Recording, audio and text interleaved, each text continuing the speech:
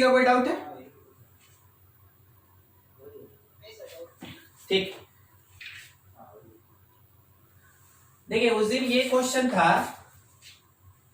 Matrix A equals to 1 2 3 4 5 6 और is equals to एक था -7 -8 -9 2 4 6 और इसके साथ 11 10 और 9 ऐसा था।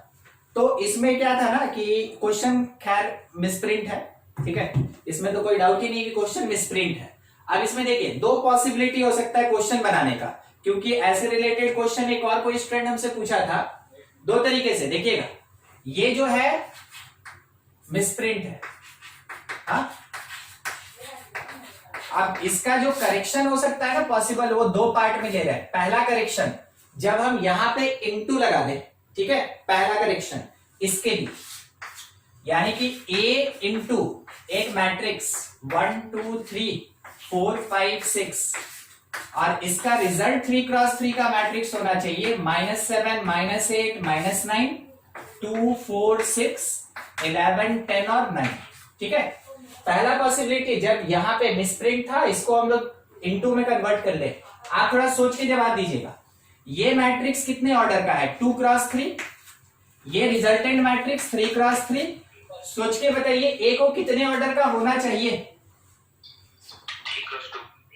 3 क्रॉस 2। ए को कितने ऑर्डर का होना चाहिए? 3 cross 2।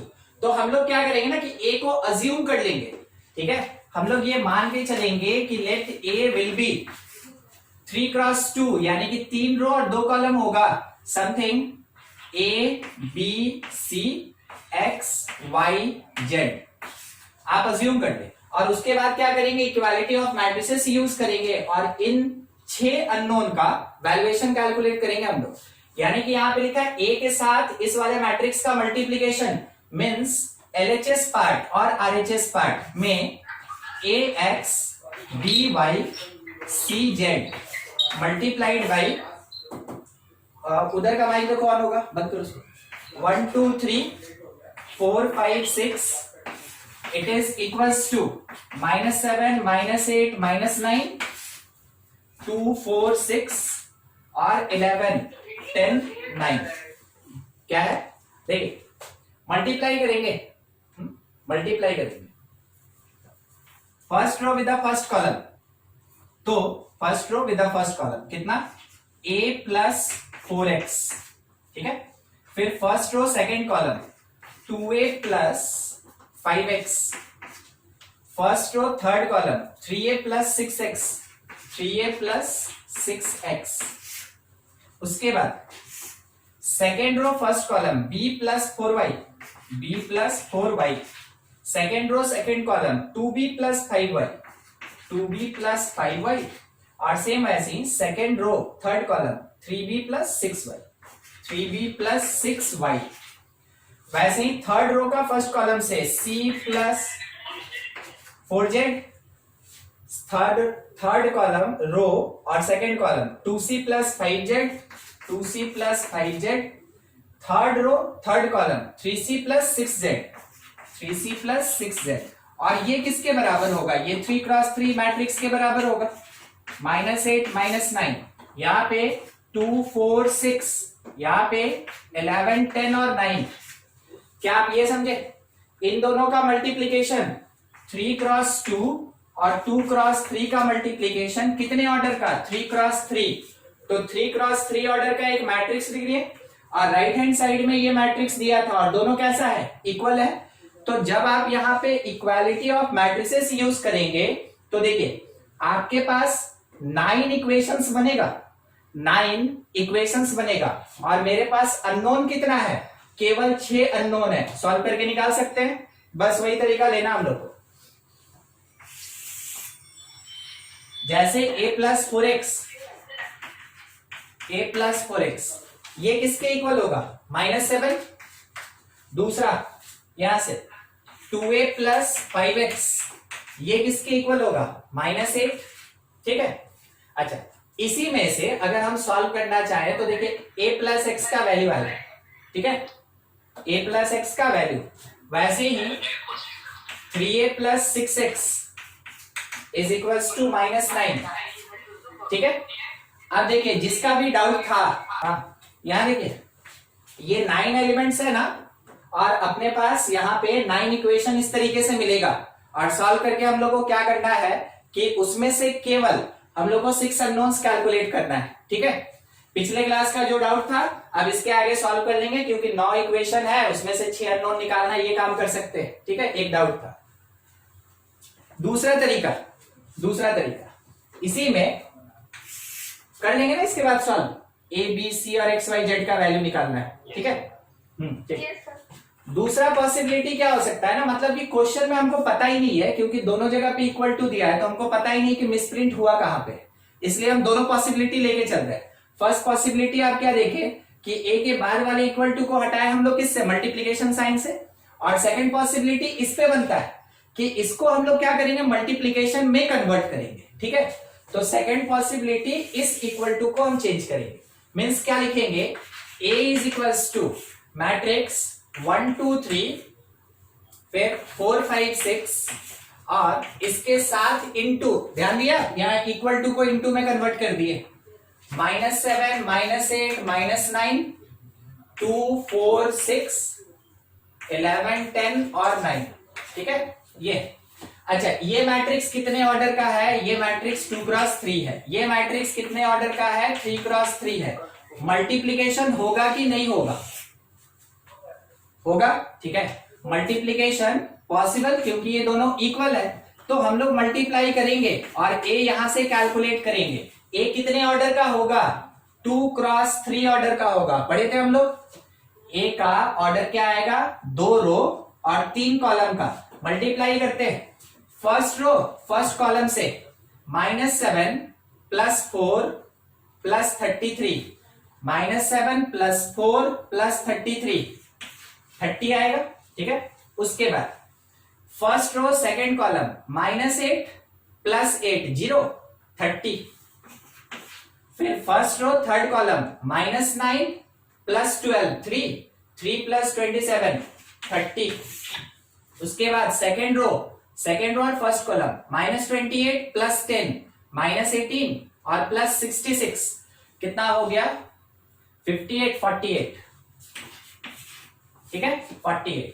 Second row second column, -32 + 20 -12 + 60, ये भी 48। ठीक है, सेकेंड रो थर्ड कॉलम, -36 + 30 -6 और यहां से +30।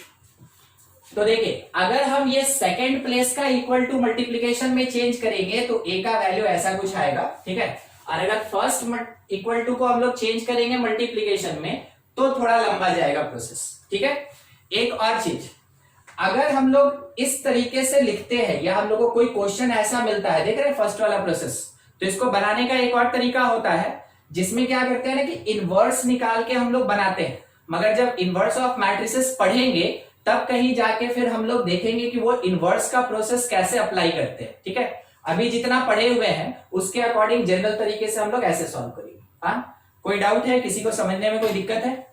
11/36 में एक बार क्वेश्चन पढ़ दीजिए तो प्रतीक। यस सर,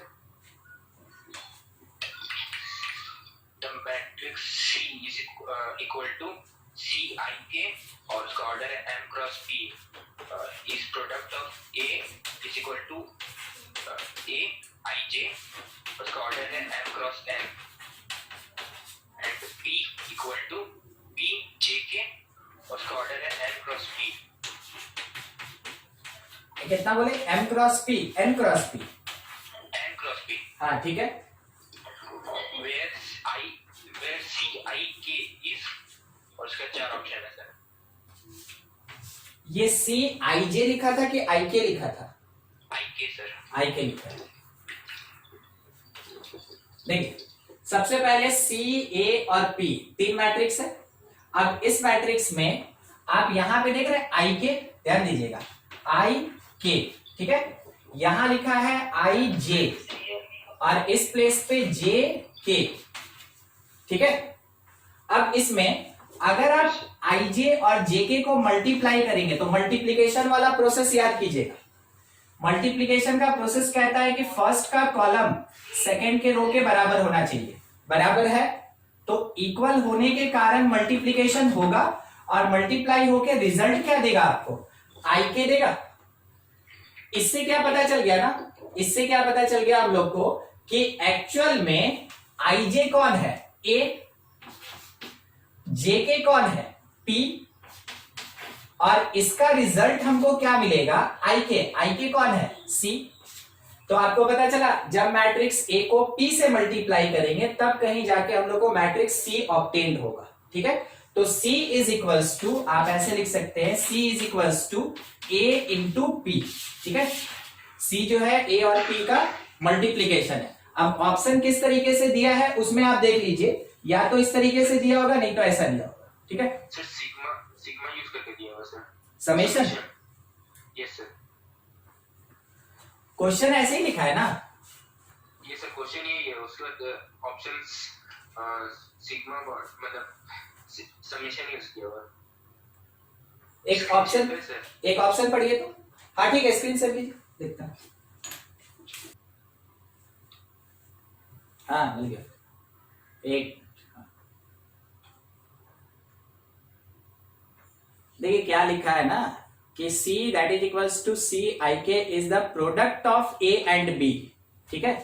तो C I K किसके बराबर होगा, बस वही चीज ना, वो हम लोग यहाँ मिस कर गए कि क्या बोला था, C is the product of A and P, ये क्वेश्चन में बोल दिया, वैसे हम लोग निकाल भी लिए, ठीक है।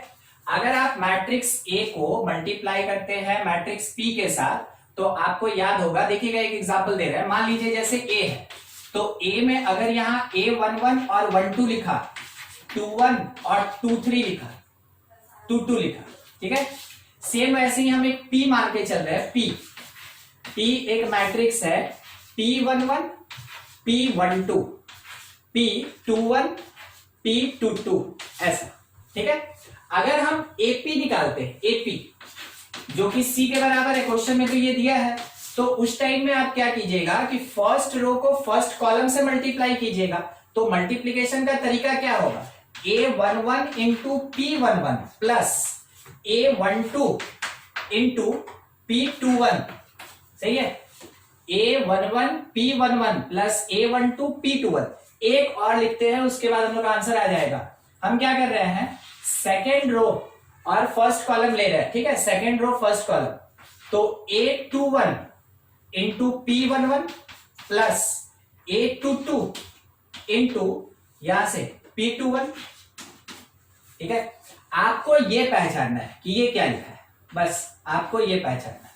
तो ये AIJ है, यानी हम ये लिख सकते हैं, देखिएगा यहाँ पे समेशन लगा है ना, तो समेशन प्लस लगा है मीन समेशन है, A के साथ कौन सा टर्म चल रहा है, IJ, AIJ, और इसके साथ इनटू में P का कौन सा आ रहा है, P का देखिए यहाँ पे क्या लिखे हम लोग, JK। तो आंसर इसीलिए हम बस देख रहे थे कि ऑप्शन जिस तरीके से दिया हमको आंसर उसी तरीके से करना होगा। एक तो आंसर अपने पास ये था और जबकि ये क्वेश्चन में मेंशन भी है, ठीक है। और दूसरा अपने पास क्या है कि समेशन के फॉर्मेट में अगर दिया है तो हम लोग को बस इतना ही लेके चलना है कि जब हम मैट्रिक्स को मल्टीप्लाई करते हैं तो कुछ इस तरीके का प्लस साइन से सेपरेशन होता है, और उस टाइम में प्लस साइन को अगर हम कॉन्ट्रैक्ट करके शो करें तो उसके लिए हम लोग ये सिग्मा नोटेशन यूज करते हैं, ठीक है। तो ये सिग्मा नोटेशन के साथ AIJ इंटू PJK होगा, ठीक, समझ में आया कैसा होगा? Yes sir. हाँ ठीक। और किसी का कोई डाउट, किसी का कोई क्वेश्चन? सर RD सर्पा का एग्जांपल है। अच्छा, मेरा कोई वीडियो दिख रहा है इसमें, गंदी दिख रहा है, नहीं समझता, कनेक्ट नहीं होगा भाई, बना के दिया इसको, हाँ गंदी सी बात है। समेशन का लिमिट लेंगे वो J बोलेंगे या K बोलेंगे यहाँ पे? Yes sir. देखिए इसमें आप I और K का लेंगे, ठीक है, क्योंकि J का वैसा कोई रोल नहीं है। आप J को भी ले सकते हैं क्योंकि I J K तीनों इन्वॉल्व है। अब उसमें अगर मान ले रहे हैं, ऑप्शन को थोड़ा मॉडिफाई कीजिएगा, अगर उसमें ए और पी दोनों दिया हुआ है और कहीं यहाँ पे लिमिट में कुछ चेंज है, तो उस टाइम में आप देखिए क्या ऑप्शन में है, प्रेफर्ड होगा आई और के, अगर आई के नहीं है तो आप जे ले सकते हैं। लिमिट दिया हुआ है, क्या लिया हुआ? सिंगल लिमिट सिंगल किसका? मतलब सिंगल किसका लिया हुआ, बोलिए ना, बोलिए। अगर क्या तो आई किया हुआ है या तो के दिया हुआ है। ये देखिए ए आई जे और बी लिखा है, ठीक है, बीजे के, तो ये हम लोग के बी सी और डी में है, ठीक। फिर उसके बाद के वैरीज 1 से पी, जे वैरीज 1 से एन, एन जे वैरीज 1 से एन, और के वैरीज 1 से पी, और जे वैरीज लास्ट वाले में भी 1 से एन है ना, बीजे के। अच्छा, इसका सी और डी ऑप्शन में क्या डिफरेंस है, देखिए तो। सी और डी ऑप्शन में से कुछ नहीं है सर, सेम। जे को ले लीजिए, जे वाला, ठीक है। तो सी और डी में से किसी को ले लीजिए। हाँ, रीजन है कि उसी में से कोई एक है जो लास्ट एन तक डिफाइंड हो रहा है, एन तक, ठीक है, एन तक। हाँ, तो अगर सी और डी में कुछ डिफरेंस होता तो देखते, अदरवाइज वो जे को केवल वैरी करेंगे हम लोग उसमें, ठीक है। हाँ, और है कोई डाउट किसी का? सी ही दिया हुआ है सर। हाँ ठीक है, अब तो उसमें हम कंफर्म भी नहीं है ना, क्योंकि डी जो है वो भी तो सेम सेम छापा है, पता नहीं क्या, सी डी में से ही कोई होगा, ठीक है। और किसी का कोई डाउट है?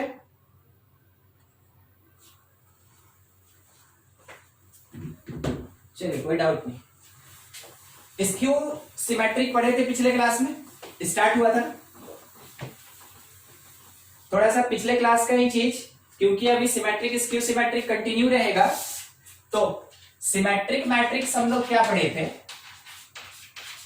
सिमेट्रिक मैट्रिक्स, सिमेट्रिक मैट्रिक्स में ये देखे थे कि ए कोई एक सिमेट्रिक मैट्रिक्स तब कहलाएगा जबकि सबसे पहले वो स्क्वायर मैट्रिक्स होगा। तो सबसे general square matrix 3x3 order का लेके चलते हैं। इसका जो डायगोनल एलिमेंट होगा ये कुछ भी हो सकता है, इस पे कोई रेस्ट्रिक्शन नहीं है। सिमेट्रिक में बात कर रहे हैं, डायगोनल एलिमेंट में कोई रेस्ट्रिक्शन नहीं। यहाँ पे अगर 2 है तो इस प्लेस पे भी 2 होगा। ये कौन सा प्लेस है? ये 1 2 है तो 2 1 सेम होगा। अगर 1 3 प्लेस पे 3 है तो 3 1 प्लेस पे 3 होगा।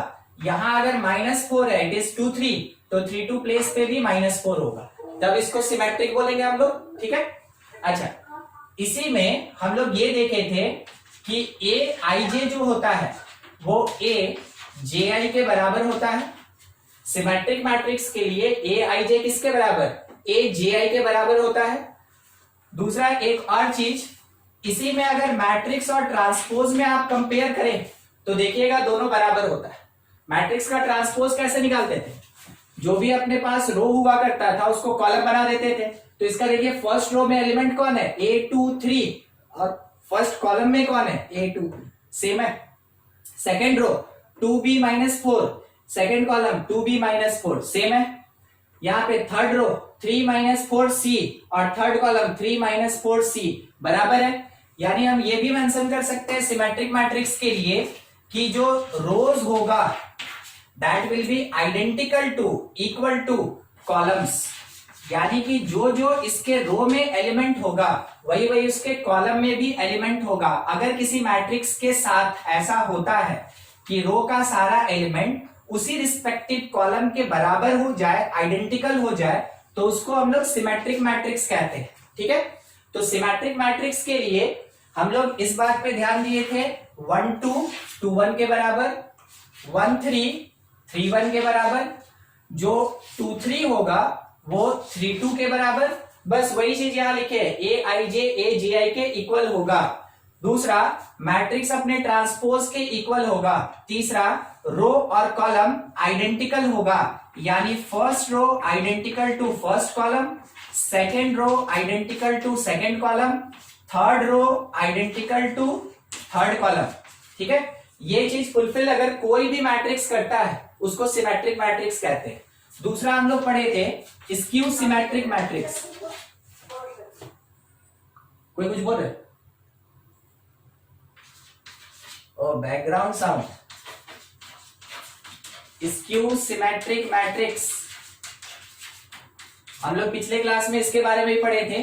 मान लेते हैं जैसे बी कोई स्क्यू सिमेट्रिक होगा, इसके लिए भी स्क्वायर होना जरूरी है, यानी कि इसका रो और कॉलम बराबर होगा। जनरल तौर पे मान के चलते हैं 3x3 का है, ठीक है। अच्छा, इसमें इसेंशियल कंडीशन क्या था? डायगोनल एलिमेंट 0 होगा सब।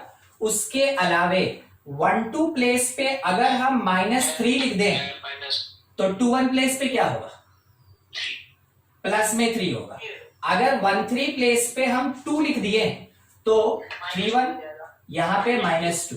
अगर 2 3 प्लेस पे हम लोग 7 लिख दिए तो 3 2 प्लेस पे -7। यानी कि ये जो प्लेसेस है, ठीक है, इसका मैग्नीट्यूड सेम होगा मगर इसका साइन कैसा रहेगा? अपोजिट। और ये कौन से मैट्रिक्स में होता है? स्क्यू सिमेट्रिक मैट्रिक्स में। यानी कि आप ये कह सकते हैं ना कि ए आई जे जो होगा स्क्यू सिमेट्रिक का, वो -AJI के इक्वल होता है, ठीक है। दूसरा, एक और चीज पे ध्यान दीजिएगा, इसका जो फर्स्ट रो है और फर्स्ट कॉलम एक बार कंपेयर कीजिए। 0 -3 का +3 +2 का -2, क्या आपको नहीं लगता एक्स्ट्रा नेगेटिव साइन लग गया या मल्टीप्लाई हो गया? ठीक है, तो हम लोग इसमें ये भी कह सकते हैं कि for skew symmetric matrix B that will be equals to B transpose, ठीक है। मैट्रिक्स बी जो होगा वो अपने ट्रांसपोज के नेगेटिव के इक्वल होगा, तब कहीं जाके हम लोग बोलेंगे वो स्क्यू सिमेट्रिक मैट्रिक्स होता है, ठीक है। अच्छा, अगला पार्ट, इसी में अगला पार्ट, अगर हम लोग रो और कॉलम में देखें तो फर्स्ट रो जो है वो negative of first column, second row जो है negative of second column, third row negative of third column के बराबर होता है, ठीक है। इसमें कंडीशन हम लोग ये लिखे थे aij is equal to -AJI, कब? जब i j के बराबर नहीं होता है। और बाई द वे अगर i इक्वल टू j हो जाए तो aij किसके इक्वल होना चाहिए? i इक्वल टू j हमेशा लीडिंग डायगोनल में होता है, इज इक्वल टू 0, कब? जब i is equal to j हो जाए। i क्या रिप्रेजेंट करता है? एलिमेंट कौन से रो में है। j क्या रिप्रेजेंट करता है कि एलिमेंट कौन से कॉलम में है। तो जब कभी भी रो और कॉलम का पोजीशन सेम होगा, और वो केवल कहां पॉसिबल होता है? लीडिंग डायगोनल में, उस टाइम में मैट्रिक्स के एलिमेंट, स्क्यू सिमेट्रिक मैट्रिक्स के एलिमेंट का वैल्यू 0 होगा, ठीक है। इतना चीज हम लोग पढ़े थे। इसके अलावे हम थोड़ा और डिस्कस किए थे उससे पहले वाले क्लास में, अगर आपको याद हो तो, ठीक है। क्या बताए थे ना कि अगर किसी भी स्क्वायर मैट्रिक्स को इसके ट्रांसपोज के साथ ऐड करते हैं तो वो हमेशा सिमेट्रिक होता है, वो हमेशा सिमेट्रिक मैट्रिक्स होता है।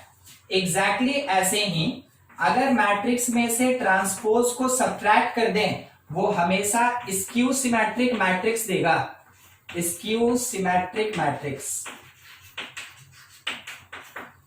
देखिए, कभी कभार छोटा सा क्वेश्चन ऐसा आता है कि कोई एक मैट्रिक्स है, उसका रिलेटेड सिमेट्रिक और स्क्यू सिमेट्रिक मैट्रिक्स आपको फॉर्म करना है। तो कोई मैट्रिक्स ए दे दिया, हम लोग क्या किए? उसका ट्रांसपोज निकाले।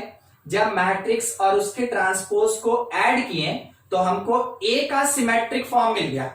जब मैट्रिक्स में से ट्रांसपोज को सब्ट्रैक्ट किए तो गिवन मैट्रिक्स ए का स्क्यू सिमेट्रिक फॉर्म मिल गया, ठीक है। सोचिएगा यहां पे, अगर हम a प्लस ए ट्रांसपोज में ऐड कर दें a माइनस ए ट्रांसपोज, बोलिए कितना होगा ये? A मैट्रिक्स 2a, ठीक है, 2a होगा, ठीक है। a ट्रांसपोज प्लस और माइनस कैंसिल हो गया और a प्लस ए कितना हो गया? 2a। हमको चाहिए a, हम क्या किए? 1/2 से मल्टीप्लाई, 1/2 से मल्टीप्लाई, ठीक है। अब क्या ये पूरा पार्ट a के इक्वल है?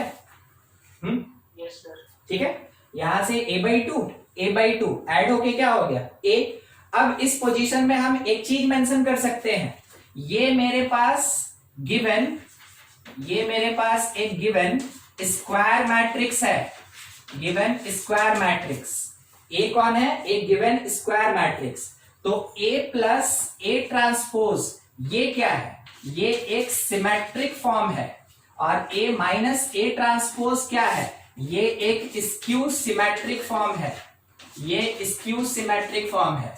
तो क्या अभी अभी हम लोग एक चीज देखें कि किसी दिए गए स्क्वायर मैट्रिक्स को sum of symmetric and skew symmetric represent किया जा सकता है। ये जो पार्ट अभी बोले ना, ये लाइन कि किसी गिवन स्क्वायर मैट्रिक्स को सम ऑफ सिमेट्रिक और स्क्यू सिमेट्रिक के फॉर्म में रिजॉल्व कर सकते हैं, ये आपके बोर्ड एग्जामिनेशन और आपके स्कूल एग्जामिनेशन में 4-5 नंबर का क्वेश्चन आता है। कोई एक मैट्रिक्स दिया रहेगा और उसको रिप्रेजेंट करना होगा कुछ इस तरीके से, और ये वाला पार्ट, ये जो लाइन है, इससे कंपटीशन में क्वेश्चन नहीं रहता है, क्योंकि यहाँ पे एक सिंगल सा स्टेटमेंट, और इस स्टेटमेंट का LHS RHS इक्वल, ये ना तो प्रॉपर्टी की तरह यूज होता है, ना ही कभी कोई कंक्लूजन की तरह यूज होता है। ये सिंपल सा एक रिजल्ट है, और केवल इसका जो सब्जेक्टिव क्वेश्चन होगा बस उसी में यूज होता है। ठीक है, यहां तक में कोई डाउट किसी को, इस पे डिस्कस करेंगे अभी। देखिए उसी में जो लास्ट रिजल्ट बताया ना, बस उसी के बेसिस पे क्वेश्चन है। ठीक है, represent matrix A is equals to 3 5 2 1 2 0 1 -1 3 as sum of symmetric and skew symmetric and skew symmetric matrix. ठीक है, अच्छा एक और चीज, जब कभी भी मैट्रिक्स का या किसी भी एक फंक्शन का, ठीक है, चाहे कोई फंक्शन हो या मैट्रिक्स हो, कुछ भी हो, अगर भाई जब हम लोग कांस्टेंट फिक्स कांस्टेंट, जैसे होता है 2 3 4 5 फिक्स कांस्टेंट, जब कांस्टेंट से मल्टीप्लाई या डिवाइड करते हैं तो मैथमेटिक्स में उसका प्रॉपर्टी नहीं बदलता है। यानी कि अगर आप सिमेट्रिक मैट्रिक्स को 2 से डिवाइड करें या 3 से मल्टीप्लाई करें या किसी भी कांस्टेंट से मल्टीप्लाई डिवाइड करें, रहेगा सिमेट्रिक। ठीक है, स्क्यू सिमेट्रिक को भी अगर आप किसी नंबर से मल्टीप्लाई डिवाइड करते हैं, रहेगा वो स्क्यू सिमेट्रिक। ठीक है, तो अब उस पार्ट को क्यों बीच में लेके आए, हमको ये पता है कि A plus A transpose symmetric होता है, ये हम लोग को पता है, हम लोग देख चुके हैं। ठीक है, अभी देखेंगे भी, अभी कैलकुलेट भी करेंगे। तो अगर इसमें 1/2 से मल्टीप्लाई कर दें तो क्या ये सिमेट्रिक नहीं रहेगा, या सिमेट्रिक बाई 2 हो जाएगा? सिमेट्रिक रहेगा, हाँ सिमेट्रिक रहेगा, एकदम ठीक, बाई 2 नहीं होता है ना। तो किसी नंबर से कांस्टेंट से मल्टीप्लाई या डिवाइड कर दे हम लोग, तो उसके प्रॉपर्टी में कोई इफेक्ट नहीं आएगा, इस बात को ध्यान रखिएगा। अब पहला काम, मैट्रिक्स तो दिया, इसका ट्रांसपोज निकाल लें। इसका transpose, first row 3 5 2 first column बनाएगा, सेकेंड रो 1 2 0 सेकेंड कॉलम बनाएगा, थर्ड रो 1 -1 3 थर्ड कॉलम बनाएगा। हो गया, ठीक है, इतना ट्रांसपोज। अब हम इसमें कैलकुलेट करेंगे कि अगर A में A ट्रांसपोज ऐड करें तो हमको क्या मिले, 6 ऐड करते चले, 6 और 3 2 2 1 3 1 5 6 2 2 4 0 -1 1 2 3 -1 3 6। चेक कीजिए क्या सिमेट्रिक है? Yes sir. ये इसके बराबर 1 3 3 1 के बराबर, और जो 2 3 पोजीशन है वो 3 2 पोजीशन के बराबर। बाकी डायगोनल से तो कोई लेना देना है नहीं, ये एक सिमेट्रिक है। कितने ऑर्डर का? 3 क्रॉस 3 ऑर्डर का। ठीक है, उसके बाद अगर A में से सब्ट्रैक्ट करें A ट्रांसपोज को, तो अब यहां पे हम लोग सब्ट्रैक्ट करके देखते हैं। 3 - 3 0, 5 - 1 4, 2 - 1 1, 1 - 5 -4, 2 - 2 0, 0 - 1 + 1, 1 - 2 -1, -1 0, -1 3 - 3 0। पहला चीज डायगोनल एलिमेंट 0 0 0 फुलफिल। दूसरा पार्ट 1 2 प्लेस का 2 1 के साथ मैग्नीट्यूड बराबर साइन अपोजिट, 1 3 प्लेस का 3 1 के साथ मैग्नीट्यूड बराबर साइन अपोजिट, 2 3 का 3 2 प्लेस के साथ मैग्नीट्यूड बराबर साइन अपोजिट। यानी हम ये कह सकते हैं कि यहां से हम निकाल लिए हैं एक सिमेट्रिक मैट्रिक्स और यहां से हम कैलकुलेट कर लिए हैं एक स्क्यू सिमेट्रिक मैट्रिक्स। और ये जो सिमेट्रिक या स्क्यू सिमेट्रिक आया ये कहां से हम लोग निकालें, गिवन मैट्रिक्स ए से, तो कहा जाएगा कि ए का सिमेट्रिक फॉर्म ये है और ए का स्क्यू सिमेट्रिक फॉर्म ये मैट्रिक्स। अब बाद में हमको रिप्रेजेंट करना था, मेरा मेन क्वेश्चन क्या था, रिप्रेजेंट कीजिए इस मैट्रिक्स ए को as the sum of symmetric and skew symmetric. आपको फाइनल आंसर कैसे करना है, matrix A equals to 1/2 A plus A transpose plus 1/2 A minus A transpose, और उसके बाद मैट्रिक्स का वैल्यूएशन लिख देना है। यानी कि matrix A 3 5 2 1 2 0 1 - 1 3 is equals to 1/2 को इसके अंदर इंसर्ट करके, यहां पे सॉरी 1/2 को यहां इंसर्ट करके लिखेंगे 3, 2 से डिवाइड करते चल रहे हैं 3 3/2, यहां पे 3 2 माइनस 1/2, 2 से डिवाइड कर रहे हैं 3/2 माइनस 1/2 3। ये हो गया मेरा symmetric part, it is symmetric. Plus skew symmetric लिखने का बारी, और उसमें भी क्या करना है, 2 से डिवाइड करना है। स्क्यू सिमेट्रिक में 2 से डिवाइड करना है, डिवाइड करके लिखते चल रहे हैं 0 2 1/2, फिर है -2 0 1/2, फिर आएगा -1/2 -1/2 और 0। ठीक है, तो हम लोग रिप्रेजेंट कर दिए एक स्क्वायर मैट्रिक्स को, एक गिवन स्क्वायर मैट्रिक्स को as sum of symmetric and skew symmetric.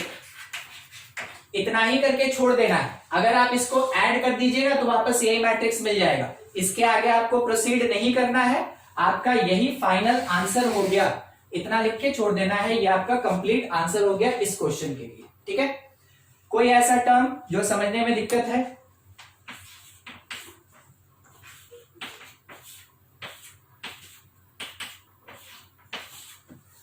कोई डाउट है? नहीं है तो इस मैट्रिक्स बी को रिप्रेजेंट कीजिए अपनी कॉपी में as sum of symmetric and skew symmetric matrix. इस बी को, छोटा सा मैट्रिक्स है 2 × 2 का, 2 3 -1 0 लिखे हैं। बनाइए इसको जल्दी से।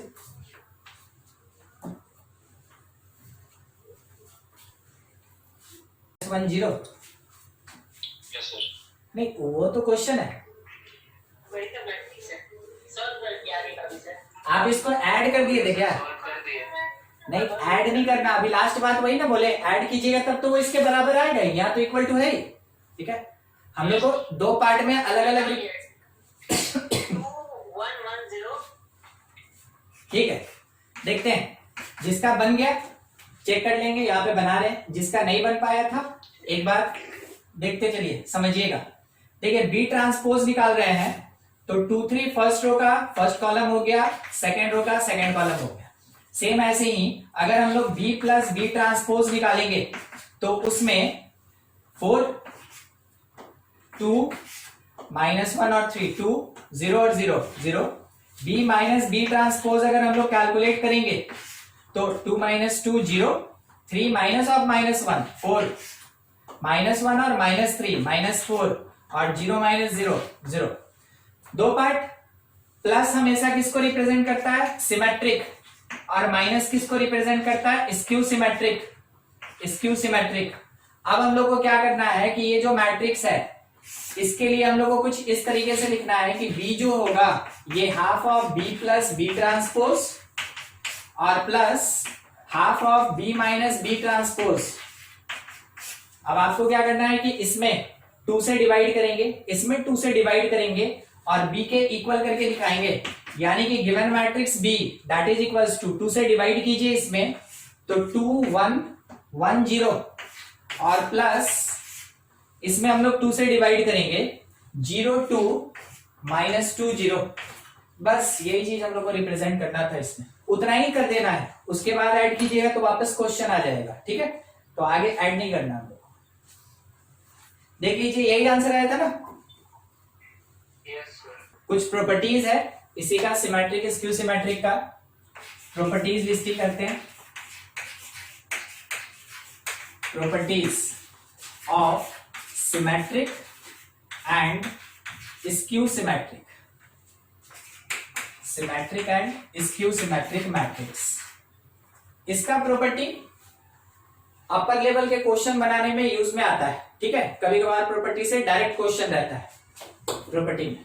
सबसे पहला चीज, अगर ए एक सिमेट्रिक मैट्रिक्स है, ए इज सिमेट्रिक मैट्रिक्स, अगर ए कोई सिमेट्रिक मैट्रिक्स है तो इस ए का जो ट्रांसपोज होगा वो भी सिमेट्रिक होगा, ए का ट्रांसपोज सिमेट्रिक होगा।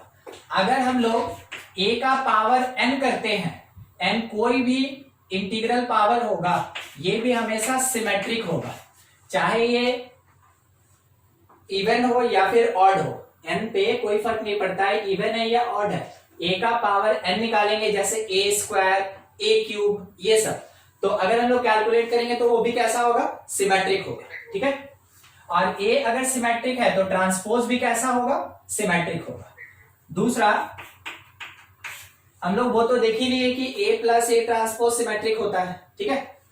एक और चीज, अगर कभी भी A transpose into B into A, क्या लिखा है, A transpose into B into A is symmetric if matrix B is symmetric, matrix B is symmetric, और it is skew symmetric, it is skew symmetric if matrix B is skew symmetric, is skew symmetric। आप इस part को थोड़ा ध्यान में रखेंगे, इससे question direct आता है, ठीक ना।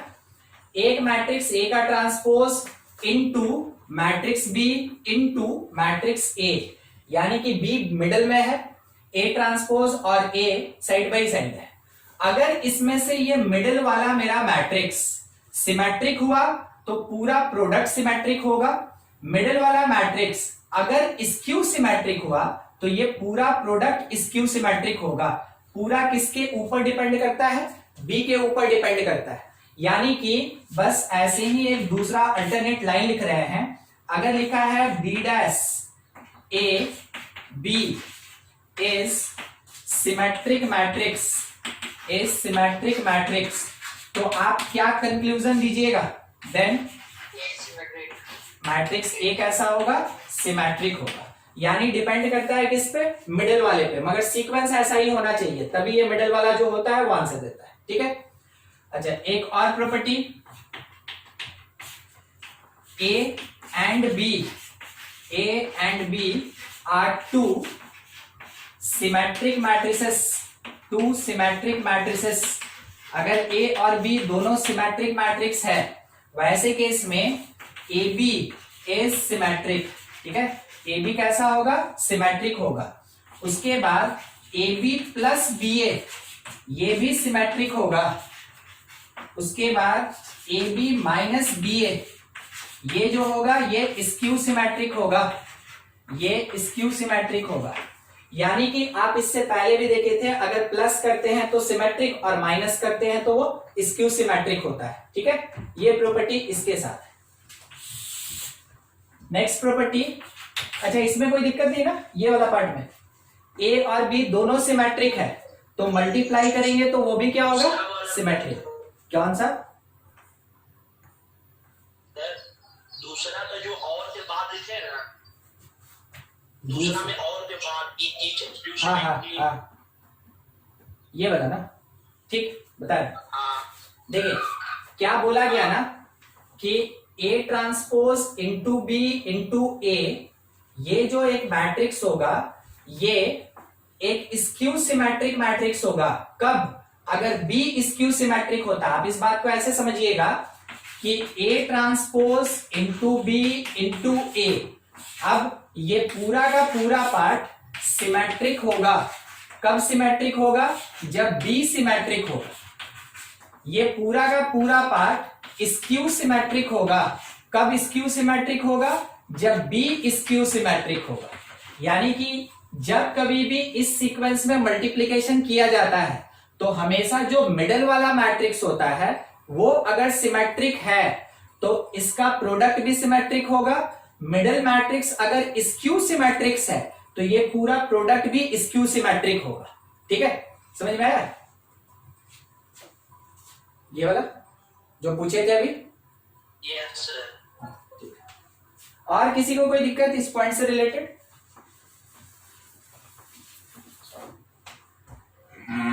नेक्स्ट देखिएगा। नेक्स्ट ये है कि if matrix A is skew symmetric then ऐसे केस में क्या होता है? Even integral power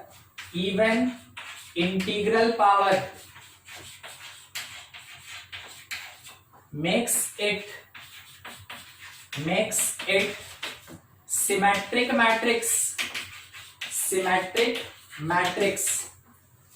matrix A कैसा? Skew symmetric. अगर उसका इवन पावर करते हैं, ए स्क्वायर कर दिए, ए का पावर 4 कर दिए, ए का पावर 6 कर दिए, ए का पावर 2n कर दिए, ऐसा कुछ भी, तो वैसे केस में वो स्क्यू सिमेट्रिक से किसमें चेंज हो जाएगा? सिमेट्रिक मैट्रिक्स में। ठीक है। दूसरा बात यह है कि odd integral power makes it skew symmetric. वो इसको स्क्यू सिमेट्रिक मैट्रिक्स बना के रखेगा।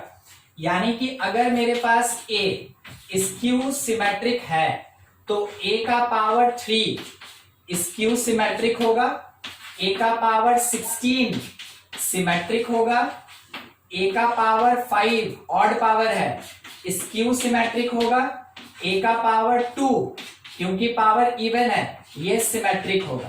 कहने का मतलब क्या हुआ कि मैट्रिक्स ए अगर स्क्यू सिमेट्रिक है तो ऑड पावर उसको स्क्यू सिमेट्रिक ही रखेगा, मगर स्क्यू सिमेट्रिक का इवन पावर उसको सिमेट्रिक बना देगा। ठीक है। जब भी स्क्यू सिमेट्रिक का इवन पावर करेंगे वो सिमेट्रिक में कन्वर्ट हो जाएगा, और स्क्यू सिमेट्रिक का ऑड पावर करेंगे वो स्क्यू सिमेट्रिक मैट्रिक्स ही रहेगा। ठीक है।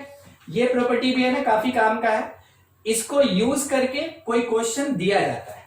ये अपने आप में एक क्वेश्चन है, यानी कि आपको बता दिया जाएगा कि बी का नेचर क्या है, या ये एक बी दे दिया जाएगा और आपसे पूछेगा कि ए डैश बी ए का नेचर कैसा होगा, सिमेट्रिक कि स्क्यू सिमेट्रिक। ठीक है, आपको ये याद रखना है, इससे काफी क्वेश्चन रहता है। देख लीजिए बोर्ड पे जितना पार्ट है, कोई ऐसा टर्म जिसमें दिक्कत है?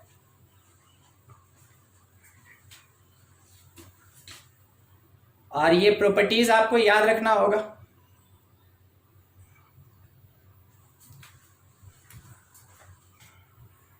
बोलिए बोलिए, कोई कुछ पूछ रहा था?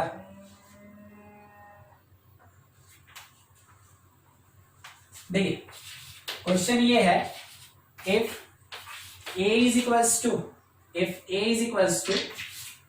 2 5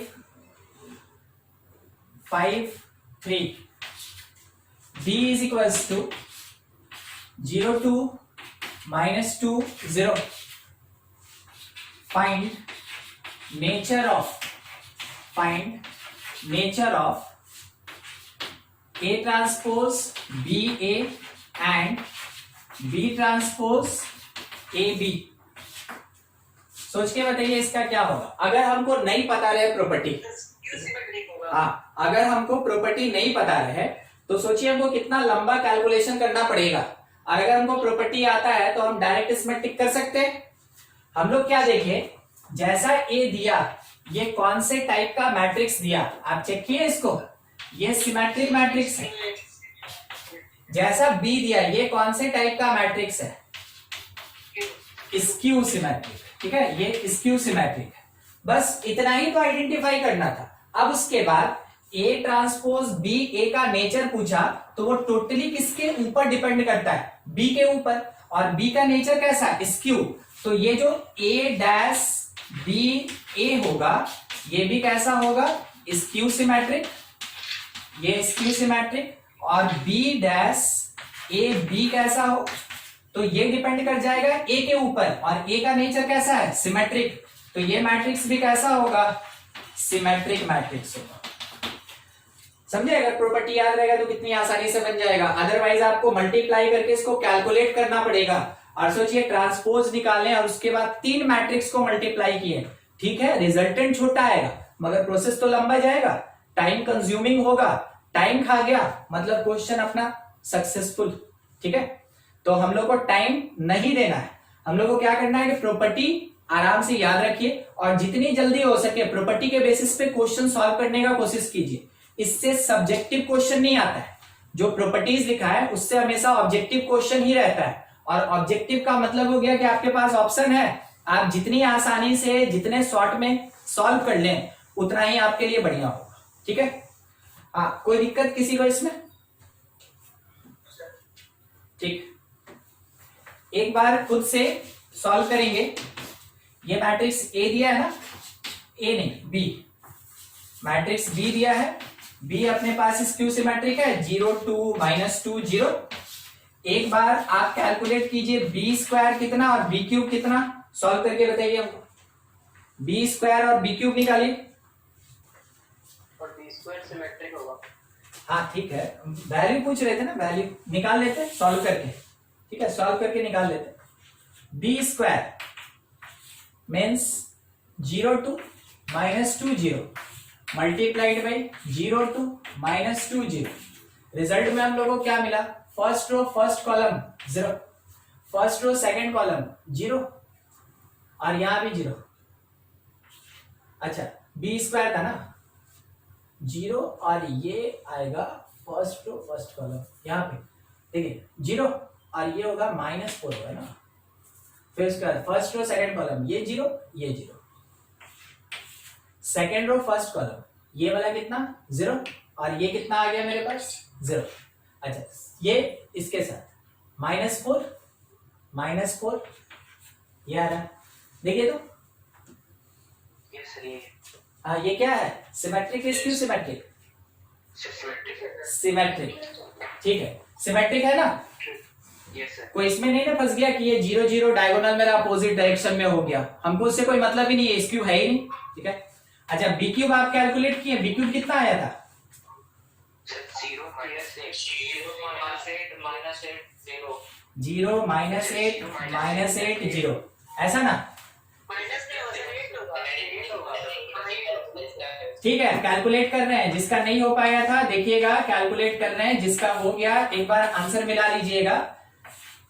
0 2 -2 0 ये हो गया बी स्क्वायर और ये है बी, मल्टीप्लाई किए first row with the first column 0 0, first row second column -8 0, second row first column 0 +8 और सेकंड रो सेकंड कॉलम 0 0।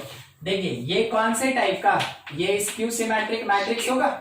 ठीक है, अभी अभी हम लोग प्रॉपर्टी पढ़े थे ना कि अगर कोई एक स्क्यू सिमेट्रिक मैट्रिक्स होता है तो इवन पावर सिमेट्रिक होगा, इवन पावर सिमेट्रिक होगा, और जो ऑड पावर होगा वो स्क्यू सिमेट्रिक मैट्रिक्स देगा। बस इस क्वेश्चन में दिख गया हमको तो चेक कर लिया हम लोग। ठीक है, किसी को कोई पार्ट समझने में दिक्कत है?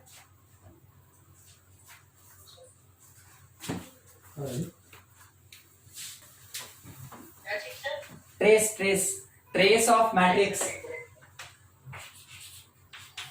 नहीं पढ़े होंगे। ट्रेस ऑफ मैट्रिक्स, देखिए बहुत सिंपल सा चीज मगर यूज में आता है और इससे क्वेश्चन भी रहता है एकदम सिंपल। ठीक है, देखिए क्या होता है, trace of matrix that will be equals to, trace of any matrix equals to sum of diagonal elements, sum of diagonal elements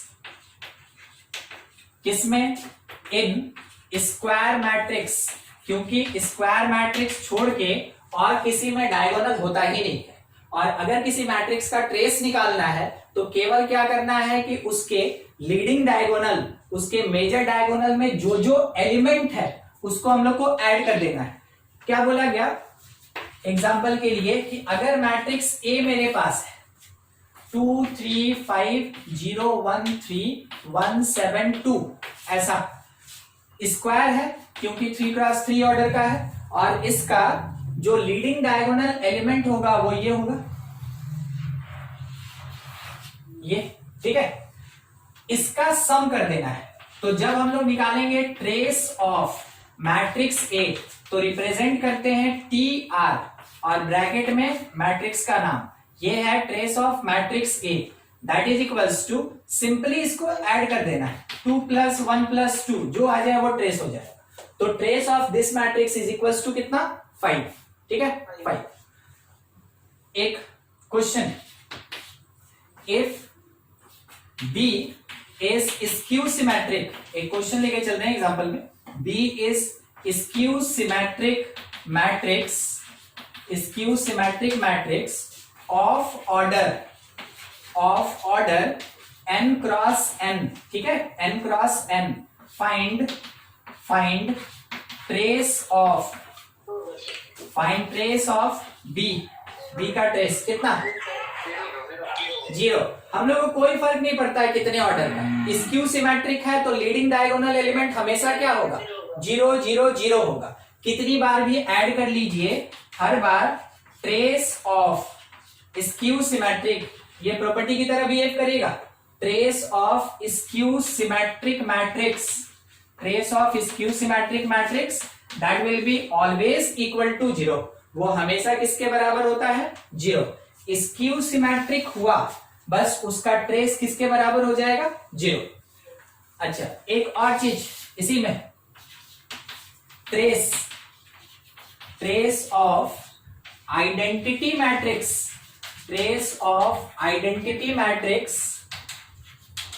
of order n cross n कितना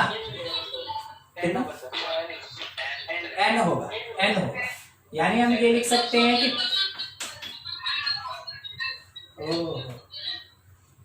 trace of identity matrix of order n cross n हमेशा किसके बराबर n के बराबर।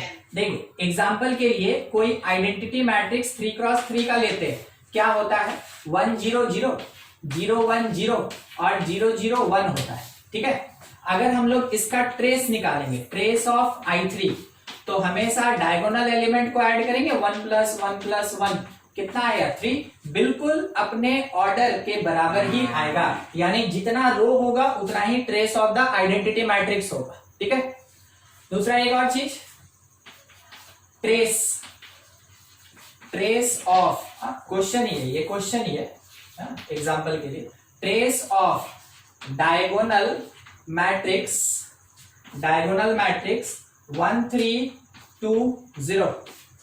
कितने order का diagonal matrix लिखे हैं हम अभी 4 क्रॉस 4। अच्छा ये स्क्वायर है और डायगोनल का एलिमेंट कौन है 1 3 2 और 0 1 3 2 0। तो अगर हम लोग से कोई ट्रेस पूछ रहा है तो हम डायरेक्टली ये कह सकते हैं कि trace that is equals to sum of diagonal elements, और डायगोनल एलिमेंट्स अपने पास क्वेश्चन में तो मेंशन है ही 1 + 3 + 2 + 0, कुल मिला के कितना आ गया 6, ठीक है। तो आपको ये चीज ट्रेस से रिलेटेड याद रखना है कि जब कभी भी ट्रेस पूछेगा किसी भी मैट्रिक्स का, सबसे पहला जरूरी चीज है कि वो स्क्वायर मैट्रिक्स होना चाहिए, तभी ट्रेस एग्जिस्ट करेगा, otherwise trace does not exist. अगर वो स्क्वायर मैट्रिक्स है तो उसके लीडिंग डायगोनल के एलिमेंट के सम के बराबर ट्रेस ऑफ द मैट्रिक्स होगा। स्क्यू सिमेट्रिक का ट्रेस हमेशा 0 होता है, चाहे वो किसी भी ऑर्डर का हो। आइडेंटिटी मैट्रिक्स का ट्रेस हमेशा उसके नंबर ऑफ रो के बराबर होता है। जब भी डायगोनल मैट्रिक्स का ट्रेस निकालना हो तो जो भी एलिमेंट मैट्रिक्स में मेंशन किया गया है उसका केवल सम कैलकुलेट कर लेना है, वो ट्रेस ऑफ डायगोनल मैट्रिक्स होगा। ट्रेस ऑफ जीरो मैट्रिक्स कितना होगा, नल मैट्रिक्स 0 0 0, सब एलिमेंट तो 0 ही होता है, ठीक है, तो उसका ट्रेस कितना आएगा, 0 आ जाएगा। देख लीजिए बोर्ड पे जितना पार्ट है, किसी को कोई दिक्कत?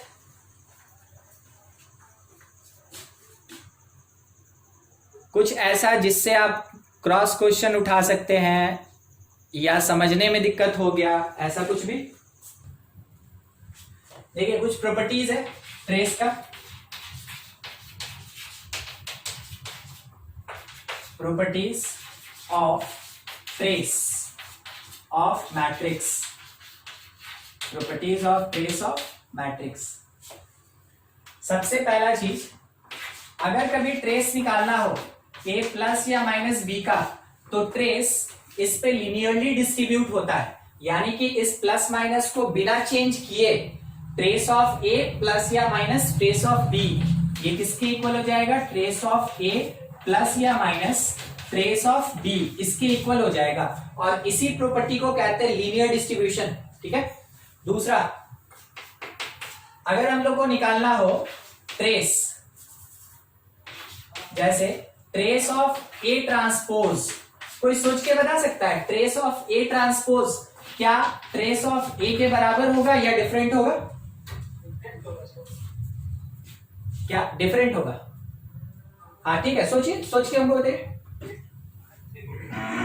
सेम होगा सर, सेम होगा सर, ये सेम होगा, भाई देखिए, सेम होगा सर। पहला चीज की ट्रेस आया, और ट्रेस आया तो स्क्वायर मैट्रिक्स हो गया, ठीक है। स्क्वायर मैट्रिक्स के बारे में ही सोचेंगे।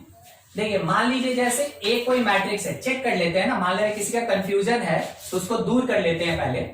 ए कोई मैट्रिक्स है 3 2 2 0 5 2 -1 3 7, ऐसा, ठीक है। हम लोग इसका ट्रांसपोज निकाले, इसका ट्रांसपोज, तो ट्रांसपोज निकालेंगे तो 3 2 2 किधर आ जाएगा, कॉलम में, 0 5 2 किधर आ जाएगा, कॉलम में, -1 3 7 किधर आ जाएगा, कॉलम में, ठीक है। अब इसके बाद इसका डायगोनल देखिए और इसका डायगोनल देखिए, ठीक है। क्या दोनों का डायगोनल एलिमेंट आइडेंटिकल है? डायगोनल आइडेंटिकल हो गया तो इसका मतलब है कि उसका सम तो बराबर ही होगा। तो ट्रेस ऑफ एनी मैट्रिक्स का transpose that is equals to trace of the matrix. हाँ, नेक्स्ट पॉइंट इसी में, थर्ड नंबर, अगर हम लोग ट्रेस निकालते हैं a to the power n का, या फिर ट्रेस ऑफ a का पावर n निकाले, एक ही बात है। ऐसा प्रॉपर्टी एक जगह पढ़े थे, किसमें पढ़े थे? ट्रांसपोज, ट्रांसपोज में पढ़े थे। बस यहाँ ट्रेस में भी ये प्रॉपर्टी एप्लीकेबल होता है, ठीक है, ट्रेस में भी ये प्रॉपर्टी एप्लीकेबल होता है। दूसरा एक और चीज मान लेते हैं, अगर हमको ट्रेस निकालना है k इंटू मैट्रिक्स का, तो बोलिए तो क्या हो सकता है?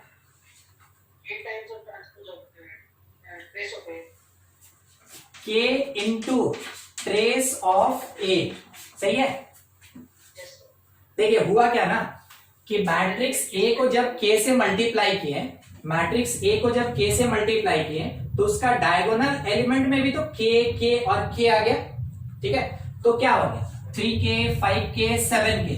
तो अगर आप K कॉमन निकालेंगे तो एलिमेंट फिर से ऐड हो जाएगा, यानी वही बात हुआ ना कि K को कॉमन निकालिए और ट्रेसेस को हम, मतलब ट्रेस ऑफ मैट्रिक्स निकाले, एलिमेंट्स को हम ऐड किए। देखिए एग्जांपल के लिए क्वेश्चन ले रहे हैं छोटा सा, A कोई मैट्रिक्स है, A मैट्रिक्स है 3 2 1 0 3 2 -1 -1 -3, ऐसा, ठीक है।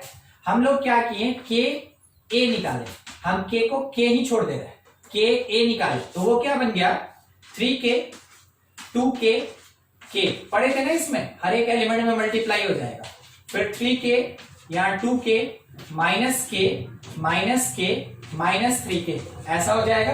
अब एक बार इसका ट्रेस निकालते हैं हम लोग, ठीक है। तो trace of K A that is equals to 3K plus 3K -3K, ये कितना हो गया 3K, ये तो कट नहीं गया, ठीक है, 3K।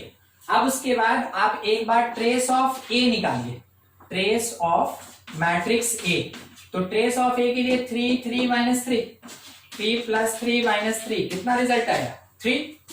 क्या हम इस 3 के जगह पे ट्रेस ऑफ ए लिख सकते हैं? तो ओवरऑल यहां से trace of k time matrix A that is equals to 3 के प्लेस पे ट्रेस ऑफ A और k रह गया, यानी k into trace of matrix A। बस यही तो हम प्रॉपर्टी बना के वहां पे लिखा है। ठीक है, समझ में आया? किसी को कोई दिक्कत है इसमें? ठीक, देखिए क्वेश्चन ट्रेस के बेसिस पे ही क्वेश्चन है। हाँ, क्वेश्चन क्या है, if 3 time matrix P plus matrix Q is equals to 2 1 3 2, फिर उसके बाद P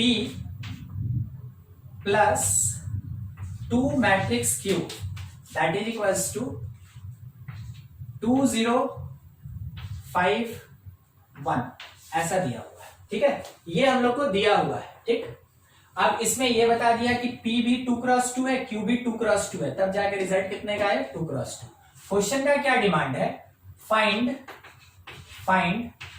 trace of P plus trace of Q, ये चाहिए। एक तरीका जिसको हम लोग बहुत बेसिक में बोले के चलेंगे, हाँ? हम लोग ये सीखे थे कि कैसे सॉल्व करना है। उसके लिए हम लोग क्या करते हैं, कोफिशिएंट सेम करते हैं, ऐड या सब्ट्रैक्ट करते हैं, तो एक अननोन मैट्रिक्स कैलकुलेट होता है, जैसा हम लोग सीखे थे मैट्रिक्स अलजेब्रा में। उससे हम P अलग से निकाल लेंगे, Q अलग से निकाल लेंगे, दोनों का ट्रेस निकाल लेंगे, और बाद में हम लोग क्या करेंगे, उसके ट्रेस का एडिशन कर लेंगे। एक प्रोसेस समझे ना, जो पहले हम लोग सीखे थे उससे बनाएंगे। मगर आपको सुन के ऐसा नहीं लगा कि काफी लंबा प्रोसेस बता दिए, थोड़ा छोटा लेके चलते हैं। पर्टिकुलरली जब ऐसे टाइप के क्वेश्चन में ट्रेस पूछेगा तब दोनों तरफ ट्रेस अप्लाई कर देंगे। हम सॉल्व कैसे करेंगे, 3 टाइम ट्रेस ऑफ P, यहां से स्टार्ट कर रहे हैं, plus trace of Q that is equals to trace of matrix 2 1 3 2। कितना होगा इसका ट्रेस 4। देखिए एक लीनियर इक्वेशन मिला, 3 time trace of P plus trace of Q that is equals to 4। हम उसको फिर से लिख रहे हैं, 3 time trace of P plus trace of Q that is equals to 4। ये हो गया। वैसे ही इस पे अब ट्रेस अप्लाई कर रहे हैं। ठीक है, इस पे अप्लाई किए थे, यहां लिखे फर्स्ट इक्वेशन पे, सेकंड पे अप्लाई करके यहां लिख रहे हैं trace of P plus 2 time trace of Q that is equals to, इसका ट्रेस कितना हो जाएगा 3। अब यहां से आप सॉल्व करके डायरेक्ट निकाल सकते हैं कि ट्रेस ऑफ P क्या होगा और ट्रेस ऑफ Q क्या होगा। ठीक है, या फिर आप दूसरे तरीके से भी इसको सॉल्व कर सकते हैं, उसमें कोई ज्यादा बड़ा इशू है नहीं। हाँ, हम क्या किए ना, ट्रेस ऑफ P निकाल लिए यहां से। ठीक है, तो trace of P that is equals to 3 minus 2 trace of Q। बिल्कुल लीनियर इक्वेशन की तरह बिहेव कराना है। 3 माइनस उधर भेज दिए उधर, तो -2 ट्रेस ऑफ Q, इसको उठा के पुट कर दिए इसमें, पुट इन फर्स्ट इक्वेशन, इसको बोल रहे हैं हम लोग फर्स्ट, इसको बोल रहे हैं हम लोग सेकंड। ठीक है, जैसे पुट किए तो 3 टाइम ट्रेस ऑफ P के जगह 3 time 3 minus 2 trace of Q हो जाएगा, और plus trace of Q that is equals to कितना 4 हो गया। अब आप यहां से -6 ट्रेस प्लस ट्रेस -5 ट्रेस, तो 9 minus 5 trace of Q that is equals to 4। तो आपको डायरेक्ट यहां से मिलेगा कि ट्रेस ऑफ Q कितना होगा। ठीक है, यहां से ट्रेस ऑफ Q कितना होगा, तो trace of Q that is equals to 1। Same ऐसे ही अब इस ट्रेस ऑफ Q को हम कौन से पोजीशन पे पुट कर दें, यहां पुट कर दें, तो डायरेक्ट कैलकुलेशन किसका होगा, ट्रेस ऑफ P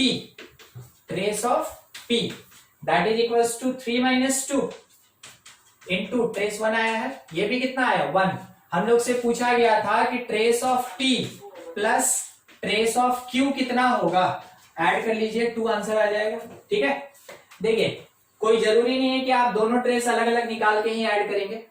आप जब इसको सॉल्व करने चलते हैं तो उस टाइम में आप अगर ध्यान रखेंगे तो आपको ट्रेस ऑफ P और Q का हो सकता है एडिशन यही मिल जाए। अगर यहां मिल गया तो आप डायरेक्ट आंसर दे देंगे, अदरवाइज दोनों को अलग अलग कैलकुलेट करके आप ऐड करेंगे। इस क्वेश्चन में किसी को कोई दिक्कत है, कोई ऐसा पार्ट जो नहीं समझ में आया? देख लीजिए।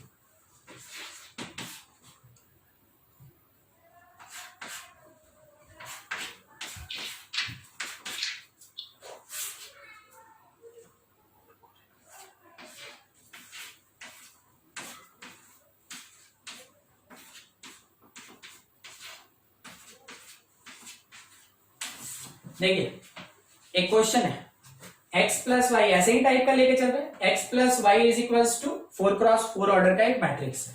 साथ ही साथ ये भी दिया है and 2x minus y is equals to 4x4 का एक और मैट्रिक्स है, 1 1 माइनस 1 2 2 1 0 3 3 3 2 1 1 2 3 4 ऐसे, ठीक है।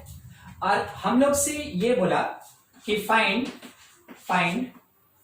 Trace of x plus y, find trace of x plus y क्या होगा, ठीक है ना, ये बताना है। देखिए सबसे पहले तो क्वेश्चन आपको यहां पे डाइवर्ट करेगा, क्वेश्चन आपको सबसे पहले तो यहां डाइवर्ट करेगा क्योंकि 4x4 का मैट्रिक्स है, काफी हैवी होता है, ठीक है।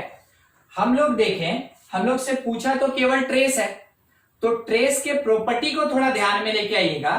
हम लोग पहला ही प्रॉपर्टी शायद ये पढ़े थे कि trace of x plus y होगा, trace of x plus y होगा, तो इसको हम लोग individually trace of x plus trace of y लिख सकते हैं। पढ़े थे ना ये प्रॉपर्टी में अभी अभी, ठीक है।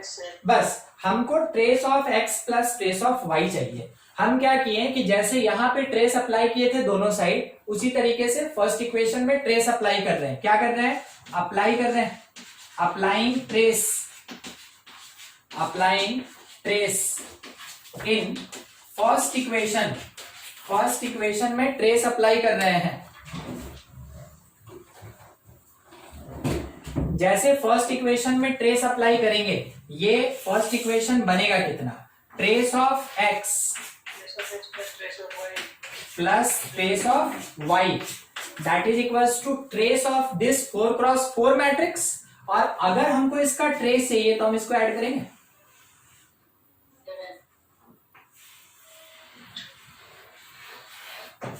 टू प्लस 3 5, 5 और 3 8 माइनस 1 7। क्या आपसे क्वेश्चन यही पूछा था, ठीक है।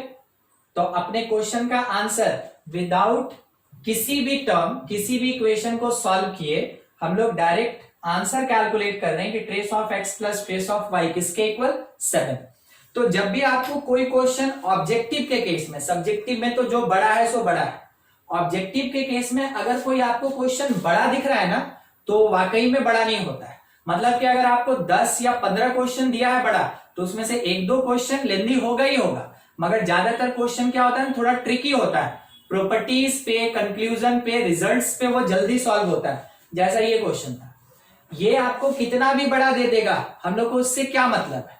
हमको जो चाहिए वो ट्रेस हमको डायरेक्ट मिल रहा है, इसके डायगोनल एलिमेंट को ऐड करके तो हम वहीं से कैलकुलेट करेंगे, जितना पूछा है उतना ही सॉल्व करेंगे, आराम से हल्के में बन जाएगा, ठीक है। कोई डाउट है किसी का?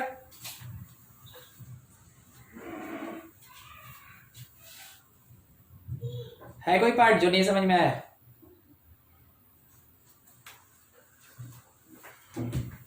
अच्छा, और किसी का कोई डाउट उट तो नहीं बचा था ना, मतलब कोई ऐसा चीज जो हम बोले थे कि अभी नहीं पढ़ा है, बाद में पढ़ाएंगे, एक डिटरमिनेंट वाला छोड़ के, वो हमको याद है। हो गया, आगे बढ़े।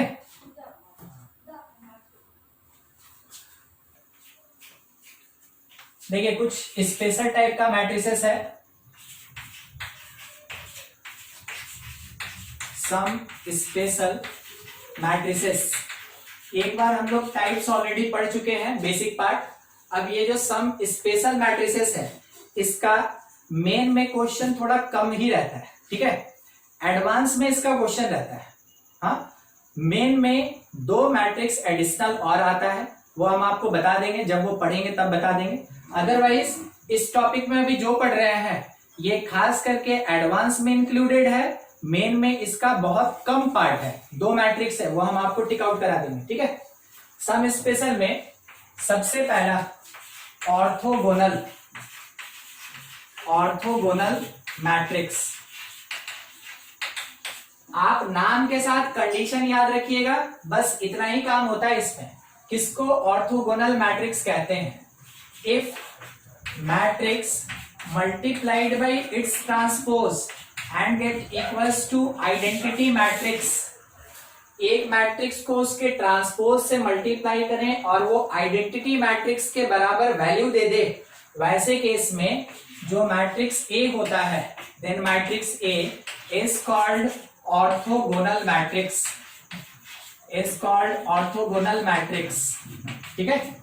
उस टाइम में ए को ऑर्थोगोनल मैट्रिक्स कहते हैं, यानी ऑर्थोगोनल मैट्रिक्स से रिलेटेड कंडीशन आपको ये याद रखना है। हाँ, आपसे क्वेश्चन कैसा पूछेगा, आपको ये बोलेगा कि कोई एक मैट्रिक्स ए है और उसमें एक अननोन एलिमेंट दे देगा, आपसे पूछेगा उसका क्या वैल्यू होगा जब मैट्रिक्स ए ऑर्थोगोनल मैट्रिक्स है, समझे ना।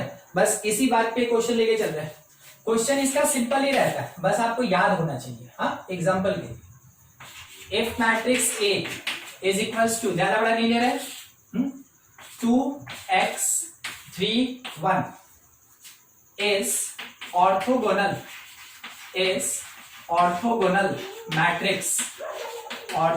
मैट्रिक्स।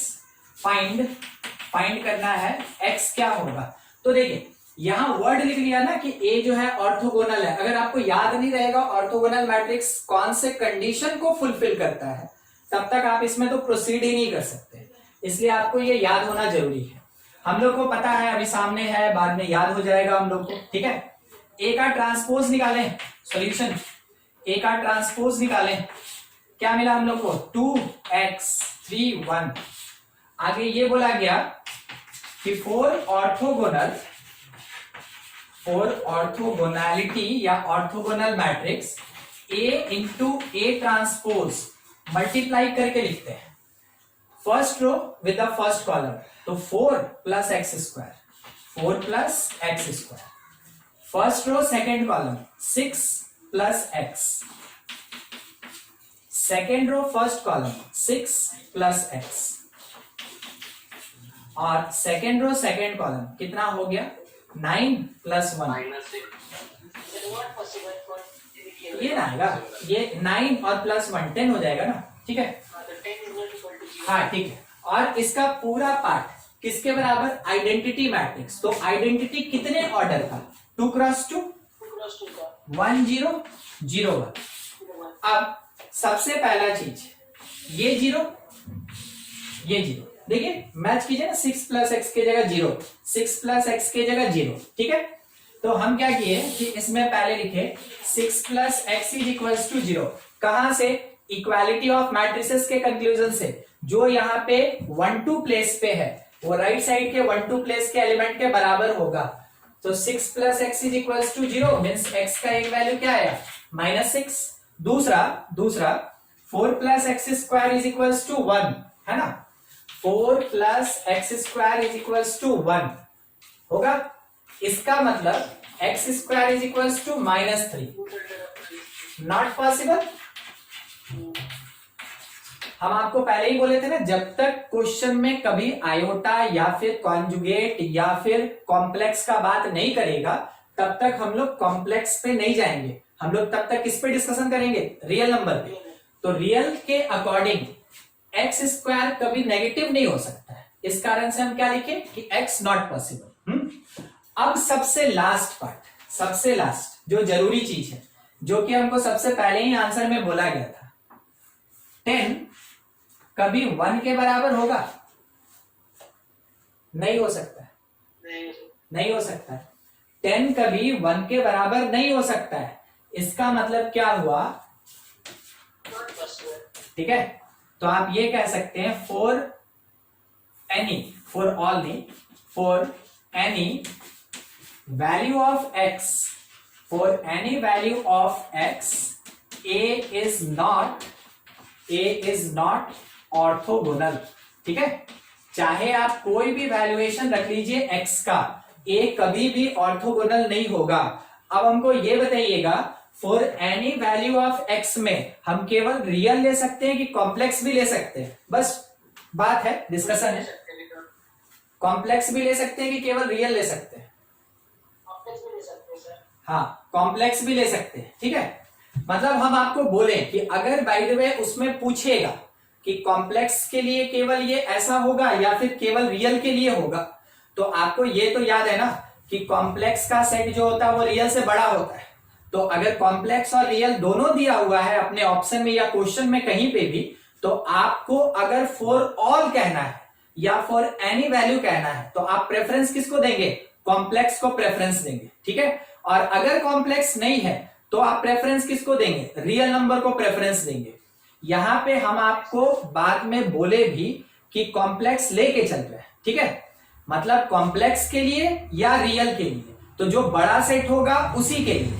यानी कि यहां बोला गया for any value of x, यानी चाहे आप कोई भी कॉम्प्लेक्स वैल्यू ले लीजिए या कोई भी रियल वैल्यू ले लीजिए, मैट्रिक्स A x के किसी भी वैल्यूएशन के लिए कभी ऑर्थोगोनल नहीं होगा। ठीक है, और वो केवल किसके कारण? 10 इज नॉट इक्वल्स टू 1। अपने पास स्टार पॉइंट यही है, 10 इज नॉट इक्वल्स टू 1। ये वाला एलिमेंट इसके बराबर कभी नहीं हो सकता है। इसी कारण से किसी भी x वैल्यू के लिए a कभी भी ऑर्थोगोनल नहीं होगा। समझे? इससे क्वेश्चन रहता है। एक और क्वेश्चन देखते हैं। देखिए a है, हाँ, सॉल्व कीजिएगा इसको। 1/2 √2, 1/2 √2, 2 - 2, 2 और 2 इज ऑर्थोगोनल और नॉट। चेक करना है बस, ऑर्थोगोनल और नॉट, बस चेक करना है कि ये ऑर्थोगोनल है कि नहीं। चलिए चेक करते हैं। ए ट्रांसपोज निकालना होगा सबसे पहले। 1/2 √2 बाहर रह गया, उस पर तो कोई फर्क नहीं, वहां से 2 - 2 और ये 2 ठीक है। ए इंटू ए ट्रांसपोज कर रहे हैं, ए इंटू ए ट्रांसपोज। देखिए 1/2 1/2 1/8 दे देगा, 1/8। अब इसका जो फर्स्ट रो है इसके फर्स्ट कॉलम से मल्टीप्लाई होगा, तो कितना हो गया? 4 + 4 8। उसके बाद इसका जो फर्स्ट रो है वो इसके सेकंड कॉलम से होगा, तो चेक कीजिएगा 4 - 4 0। फिर उसके बाद उसका सेकंड रो फर्स्ट कॉलम से, देखिए 0 आएगा, और second row second column 8। Divide कर दीजिए, a into A transpose is equals to 1 0 0 1 1 0 0 1, that is identity matrix. तो क्योंकि a into A transpose identity हो गया, तो आप डिक्लेयर कर सकते हैं कि मैट्रिक्स A कैसा होगा? Is orthogonal matrix, is orthogonal matrix. कोई दिक्कत किसी को समझने में?